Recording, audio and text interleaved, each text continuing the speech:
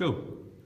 Jeg vil bevise cosinusrelationen for en spidsvinklet trekant ABC. Den lyder Cn er lig An plus Bn minus 2AB gange cosinus til C.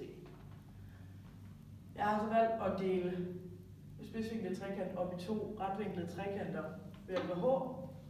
Og de to retvinklede trekanter skriver jeg så op ved hjælp af Pythagoras læresætning.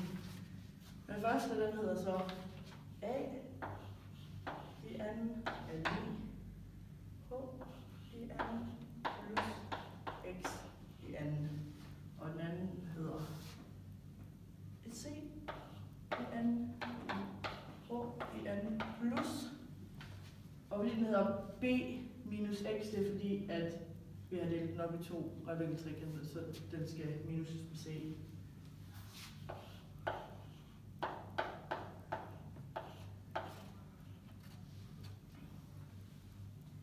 Nu vil jeg så isolere H i den retvinklede trekant her, så jeg kan indsætte den i den her form.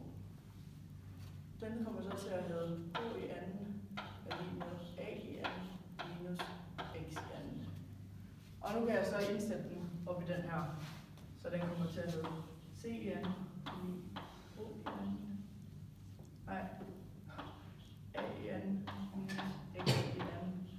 Plus B minus. Nu vil jeg så tage kvadratbrud på en toledet størrelse for at ophæve parenteserne. Det kommer så til at hedde C i anden er lig A i anden X i anden plus B i anden plus X i anden minus 2EX. Nu kan jeg så man kan se, så er der 2x i anden, og da de har forskellige fortegn, som minus og plus, så kan de så gå ud med hinanden. Så den kommer til at se sådan ud.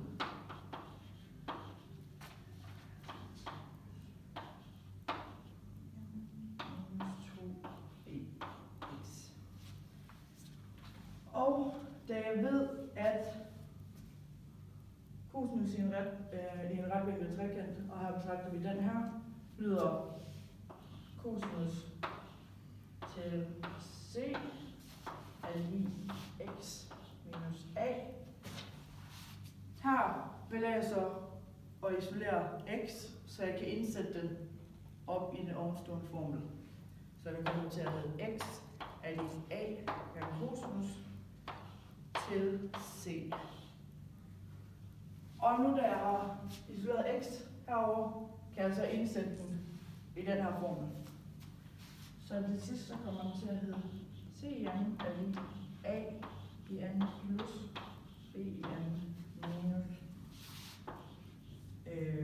2AB til C. Og som man kan se, så er det så beviset for et spidsvinklet trekant.